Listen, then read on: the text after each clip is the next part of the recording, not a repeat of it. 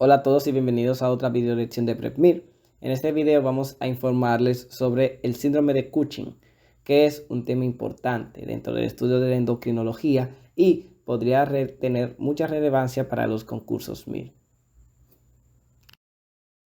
Entonces, antes de hablar sobre la patología, que es el tema de esta lección, una breve revisión de la glándula suprarrenal y el contexto fisiológico en el que se desarrolla el síndrome de Cushing. La glándula suprarrenal es un órgano formado por dos glándulas con actividad endocrina y está situada por encima de los riñones. Cada glándula tiene un corte cortical externo responsable de la producción de hormonas esteroides y una parte medular interna que produce adrenalina y noradrenalina. La corteza suprarrenal se divide en tres zonas, que es la zona glomerulosa, la zona fasciculada y la zona reticulada, y produce tres tipos principales de hormonas esteroides, que son mineralocorticoides, glucocorticoides y andrógenos. Los mineralocorticoides, como la aldosterona, son producidos en el área glomerular y contribuyen a la regulación de la presión arterial y del equilibrio electrolítico. Los glucocorticoides, como el cortisol y la corticosterona, se sintetizan en la zona fasciculada y sus funciones incluyen regular el metabolismo y suprimir el sistema inmunitario. La capa más interna de la corteza, que es la zona reticulada, produce andrógenos y estos se convierten en hormonas sexuales completamente funcionales en las gónadas y en otros órganos diana. La parte medular produce las catecolaminas adrenalina y noradrenalina que se utilizan para tener una respuesta rápida de todo el cuerpo en situaciones de estrés. Los mineralocorticoides, como la aldosterona, que son producidos en el área glomerular, contribuyen con la regulación de la presión arterial y del equilibrio electrolítico. Los glucocorticoides, como el cortisol y la corticosterona, se sintetizan en la zona fasciculada y sus funciones incluyen regular el metabolismo y suprimir el sistema inmunitario, y la capa más interna de la corteza, la zona reticulada, produce los andrógenos, que ya habíamos dicho anteriormente. Todo esto, entonces lo decimos ahora es para recordarlo, que los andrógenos, recuerden que se convierten en hormonas sexuales. El eje hipotálamo pituitario suprarrenal existe principalmente para generar un ritmo de cortisol basal y una respuesta de cortisol a una amplia variedad de estímulos que son denominados de forma colectiva pero imprecisa estrés. El eje incluye retroalimentación fisiológica, control integrador y control de la síntesis de hormona productora de adenocorticotropina, que eso está en el hipotálamo. Entonces también tenemos la ACTH, que es conocida como la corticotropina en la hipófisis anterior, y cortisol en la corteza suprarrenal. Condiciones fisiológicas normales y en situaciones de inflamación sistémica o estrés, ya sea físico o psicológico, el núcleo del hipotálamo libera CRH a nivel de la eminencia media, donde es entonces transportado a la circulación venosa portal, hipotálamo pituitaria y luego a la hipófisis, donde se une al receptor CRH-R1 presente en las células corticotrópicas hipofisiarias. Al unirse a este receptor, la CRH activa la adenilatociclasa y estimula la expresión del gen que modifica el POMC, que es el propiomelanocortina. Y esta prehormona se procesa en ACTH y la B-lipotropina.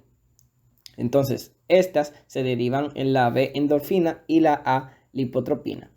Muchas neuronas hipotalámicas que sintetizan CRH también sintetizan arginina vasopresina y se cree que es necesario un aumento de la vasopresina liberada por estos nervios junto con la CRH para generar una respuesta completa de ACTH en diversos estímulos. Además, las neuronas ABP magnocelulares con axones que terminan en la pituitaria posterior también participan en el control de la ACTH a través de unas venas porta ya cortas desde la pituitaria posterior a la anterior y los axones que terminan en la eminencia media. La ACTH se secreta en la circulación sistémica y se une a los receptores MC2R de la corteza suprarrenal, donde estimula la producción y la secreción de glucocorticoides, incluido el cortisol. Y el cortisol se libera de la corteza suprarrenal en forma libre y la mayor parte del cual se une a proteínas transportadoras en el compartimento plasmático. En condiciones fisiológicas, el cortisol circulante regula el eje HPA con un mecanismo de retroalimentación negativa que actúa tanto a nivel hipotalámico como hipofisiario, posible también en otras áreas del SNC, al inhibir la secreción de CRH y ACTH para evitar una producción excesiva y detener la respuesta en situaciones estresantes a estímulos. Y es esta retroalimentación negativa la que puede explotarse en los ensayos y también en los ensayos clínicos con respecto al síndrome de Cushing. El síndrome de Cushing es una situación patológica causada por niveles persistentemente elevados de cortisol en sangre, o también le podemos llamar hipercortisolemia. Y el cortisol se une a los receptores intracelulares nucleares, no solo para los glucocorticoides, sino también para los mineralocorticoides. Y estos se encuentran los mineralocorticoides en el riñón y el cerebro. Sin embargo, el receptor renal de mineralocorticoides no es estimulado por el cortisol debido a la inactivación de este último por la enzima 11-beta hidroxiesteroide deshidrogenasa tipo 2, que lo transforma en forma inactiva, que es la cortisona. Solo en condiciones patológicas con hipersecreción de cortisol, este satura esta enzima y produce efectos similares a lo de la aldosterona ya a nivel renal, que son retención de sodio, hipopotasemia e hipertensión. Entonces comprobamos en la clínica que se manifiesta principalmente por un aumento de peso generalizado en el 50% de los casos. También hay un depósito adiposo, especialmente en el tronco, abdomen interescapular, que es llamada la joroba de búfalo, y también supraclavicular. Cara redonda y pletórica, que es cara de luna llena, hipertensión, piel fina, edema de los miembros inferiores, hipotrofia y fatiga muscular en la extremidad proximal, alteración de la tolerancia de la glucosa y la diabetes tipo 2, osteopenia u osteoporosis con fracturas vertebrales, psicosis maníaco-depresiva, hiperpigmentación de la piel y las mucosas, amenorrea secundaria, hirsutismo, leucocitosis, linfopenia y en niños, retraso en el desarrollo y curva de crecimiento lento, en conjunto con sobrepeso y obesidad. Tenemos entonces como etiología la forma dependiente de ACTH, que es la enfermedad de Cushing, que es causado por un adenoma hipofisiario y también causa hiperplasia suprarrenal cortical bilateral. Se considera una condición bastante rara, aunque se reconoce como una causa frecuente de síndrome de Cushing. Y en la mayoría de los casos, el examen patológico revela un adenoma hipofisiario basófalo o cromófobo.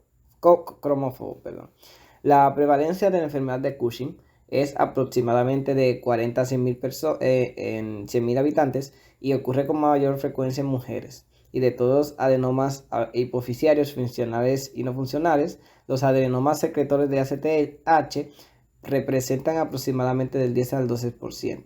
Y dado que el hipercortisolismo endógeno se asocia a una alta tasa de mortalidad cardiovascular, incluso después de un tratamiento favorable, es de suma importancia diagnosticar la enfermedad lo antes posible y establecer un plan de tratamiento que mejore el pronóstico y reduzca el número de complicaciones.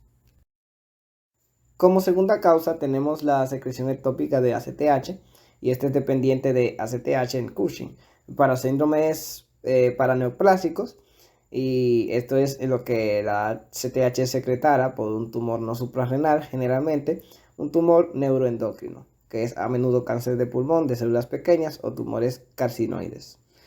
También tenemos entonces como tercera opción un tumor suprarrenal, que es ACTH de Cushing independiente en este caso, y tenemos una secreción de cortisol independiente de ACTH debido a un adenoma o un carcinoma adrenocortical, o formas raras de enfermedad suprarrenal bilateral. El exceso de cortisol oprime la producción de ACTH y a largo plazo conduce a la atrofia de la corteza suprarrenal restante. Por lo tanto, la extirpación de un adenoma suprarrenal, si no se trata adecuadamente con terapia de reemplazo, puede provocar una insuficiencia suprarrenal aguda y a veces mortal. Tenemos por cuarta la etiología iatrogénica, que es una forma independiente de ACTH, y en caso de esta toma prolongada de corticoides, los efectos de dicha terapia pueden verse exacerbados por la administración concomitante de medicamentos que reducen el metabolismo de los glucocorticoides, como las terapias antirretrovirales. Nuevamente puede haber una supresión del eje HPA y atrofia de la corteza suprarrenal. Por lo tanto, el retiro de la terapia con glucocorticoides debe ser lento con una disminución gradual.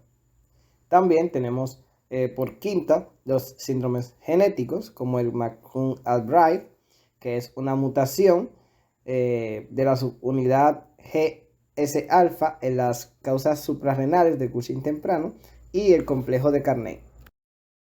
Así que tenemos aquí una tabla enumerando la etiología completa del síndrome de Cushing. Tenemos entonces la ACTH dependiente, que es la enfermedad de Cushing, producción ectópica de ACTH, producción ectópica de CRH, hiperplasia suprarrenal macronodular y la iatrogénica. Entonces, la independiente son adenomas o carcinomas suprarrenales, hiperplasia suprarrenal nodular pigmentaria primaria o síndrome de Carney, el síndrome de McCune-Albright, la sobreexpresión del receptor GR y la iatrogénica en forma de glucocorticoides. Entonces, otra causa tenemos alcoholismos, depresión, obesidad y embarazo. Ya en el proceso de diagnóstico a menudo se retrasa debido a los pocos signos y síntomas patognomónicos del hipercortisolismo, que son los fenotipos variables también y la superposición del cuadro clínico con otras condiciones comunes en la población general como la obesidad, hipertensión arterial y la diabetes mellitus. El juicio clínico y el índice de sospecha de síndrome de Cushing son importantes para individualizar la decisión sobre el momento y la selección de las pruebas diagnósticas. Antes de la selección se debe realizar un historial cuidadoso, excluyendo la ingesta crónica de glucocorticoides, incluidos los glucocorticoides tópicos e inhalados potentes como la fluticasona. También la fluocinolona.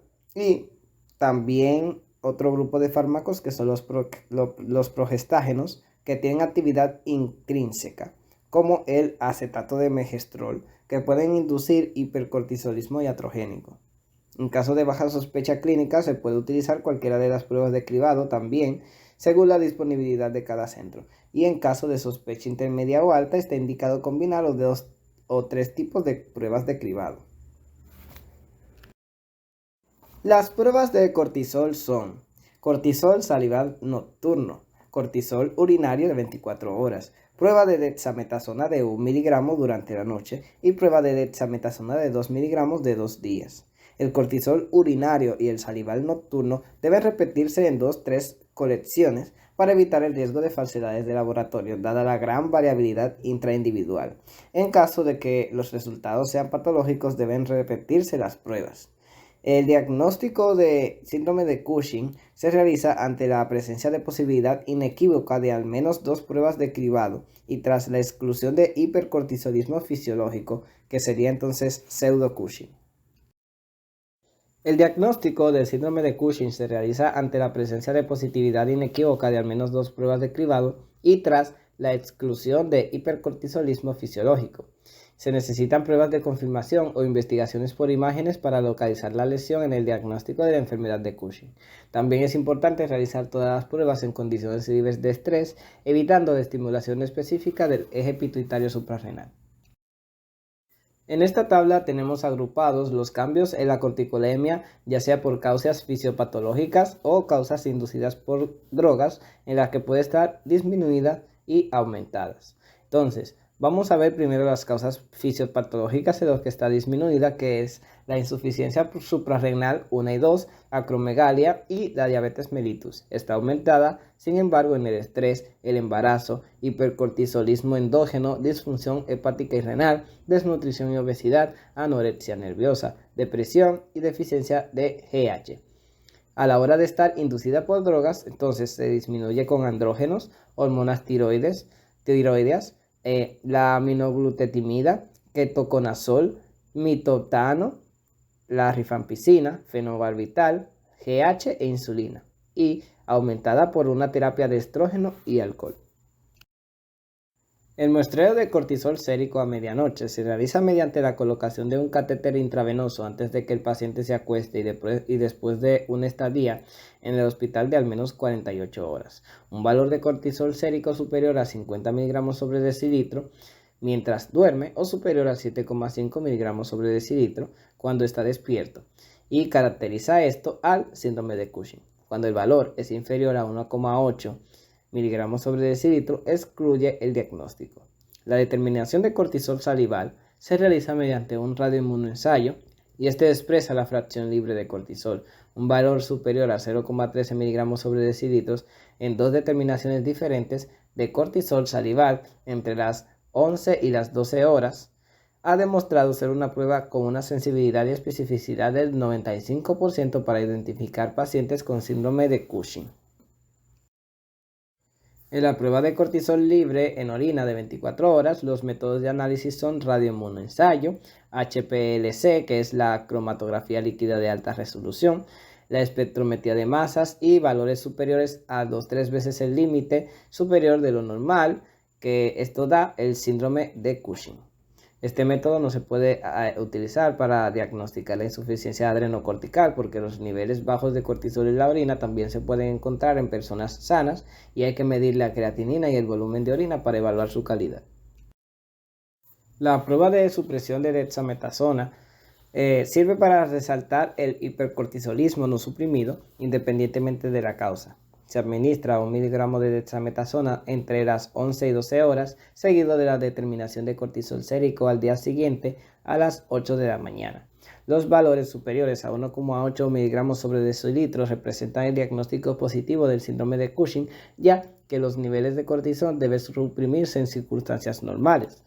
Es una prueba útil si no es posible recolectar una muestra de saliva para medir la concentración de cortisol, si el paciente no tiene un ritmo circadiano regular o si se diagnostica una incidencia suprarrenal. Debe repetirse 3 veces y debe haber una concordancia de al menos 2 en las tres medidas. Tenemos la resonancia magnética de la silla turca y esta investigación es fundamental para el diagnóstico de la enfermedad de Cushing porque evalúa la estructura anatómica de la hipófisis y confirma la presencia o ausencia de un adenoma hipoficiario.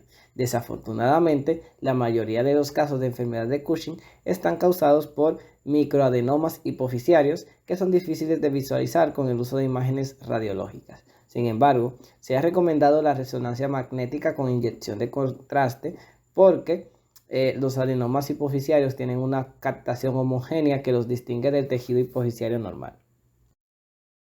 Tenemos la prueba con desmopresina o CRH y dosis de ACTH para distinguir las formas dependientes y no dependientes de ACTH y consiste en la inyección simultánea de desmopresina o CRH en los senos petrosos inferiores y sangre periférica seguida de una dosis basal de ACTH. Si la tasa de secreción se mantiene constante, el gradiente de concentración será inversamente proporcional al flujo sanguíneo.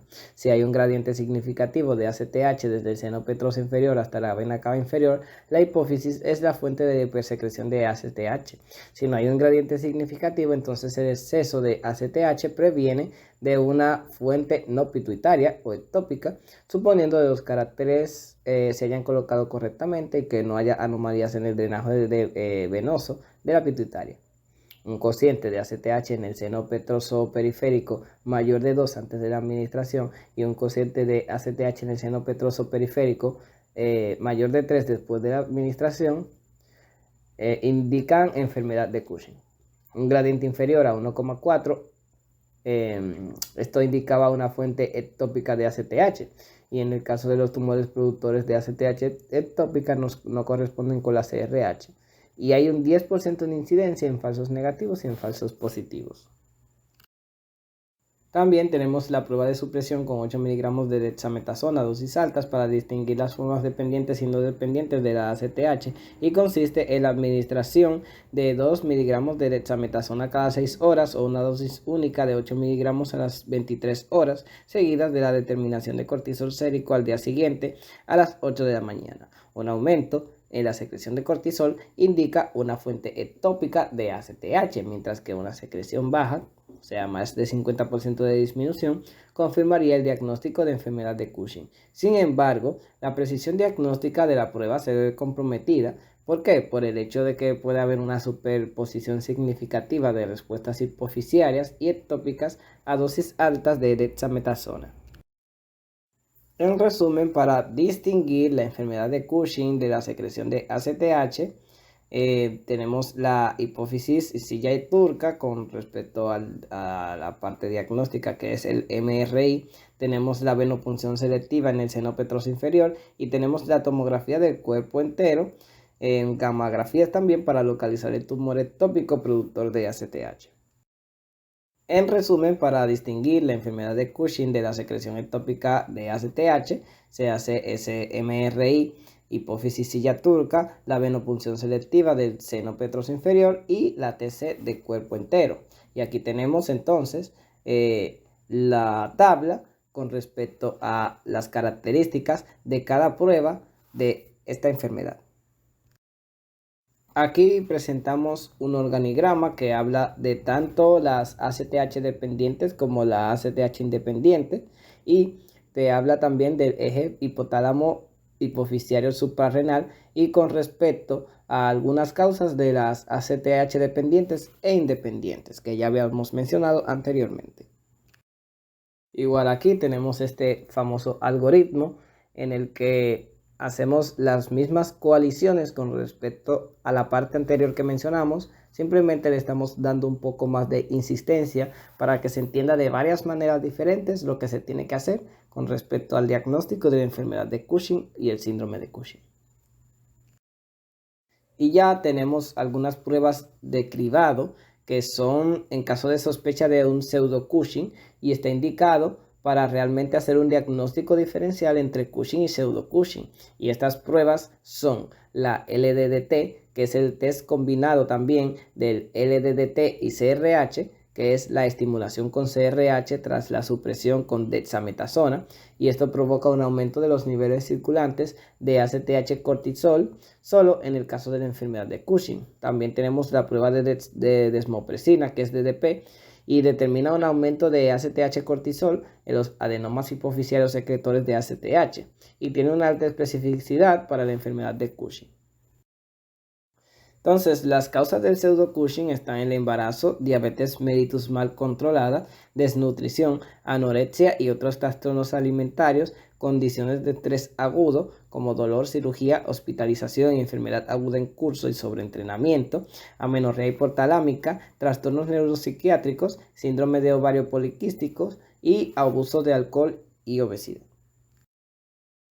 Comenzando con el tratamiento en la enfermedad de Cushing, se mejoran los síntomas clínicos a través de la resección de la masa pituitaria, una descompresión del nervio tipoide quiasma y una normalización de la secreción hormonal para también obtener confirmación patológica y reducir el riesgo de recurrencia. El tratamiento actual es multimodal, que es una cirugía selectiva, radioterapia o farmacoterapia de apoyo, y como último recurso se puede considerar la suprarrenalectomía bilateral.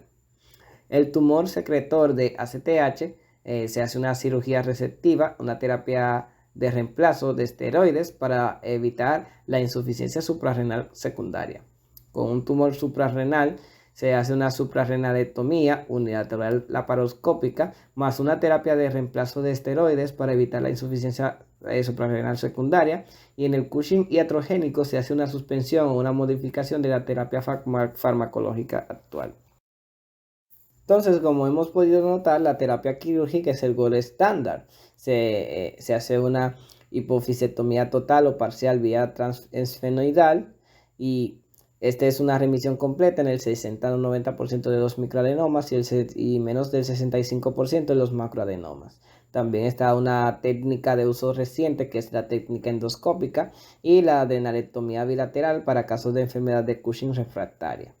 El resultado cualitativo de la operación se puede expresar como una ablación total o casi total en el más del 90% de los casos, el subtotal de 80-90% y parcial menos de 80%.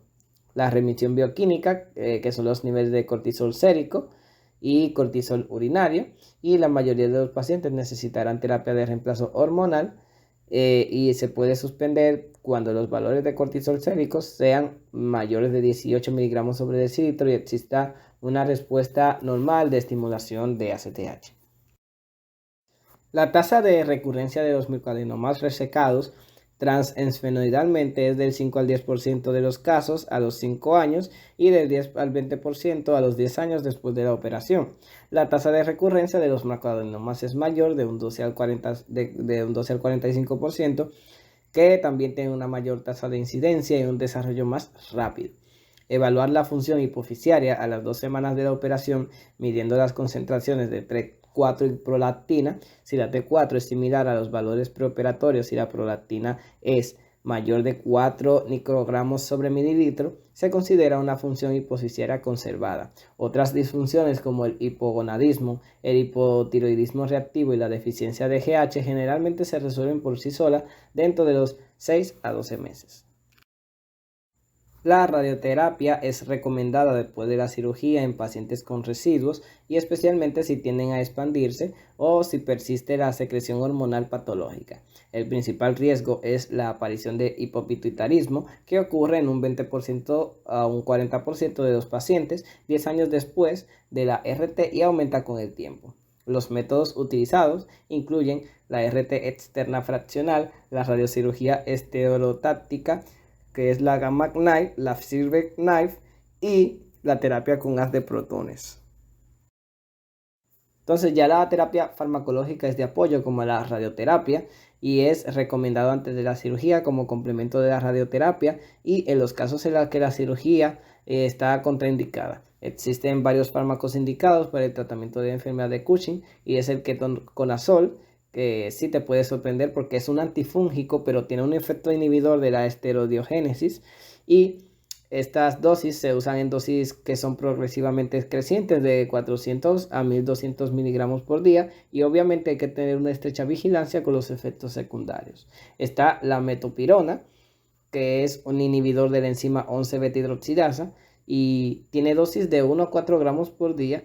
Y obviamente hay que vigilar bien los efectos secundarios que tiene, que están aquí mencionados. También está el mitotano, que es un agente adrenolítico y se utiliza en 6-12 gramos al día. Y obviamente se necesita, en este caso, un control estricto de los niveles sanguíneos del fármaco para una prevención de una crisis de Addison. Además de que puede causar una crisis de Addison, hay que hacerlo también con los efectos adversos que tiene de hipotiroidismo, hipogonadismo, problemas digestivos y ataxia. También están los análogos de la somatostatina y agonistas de la dopamina, también a dosis altas, el mifepristona, que es especialmente útil para el tratamiento de la psicosis y la hiperglucemia, especialmente en pacientes no elegibles para cirugía SER receptiva.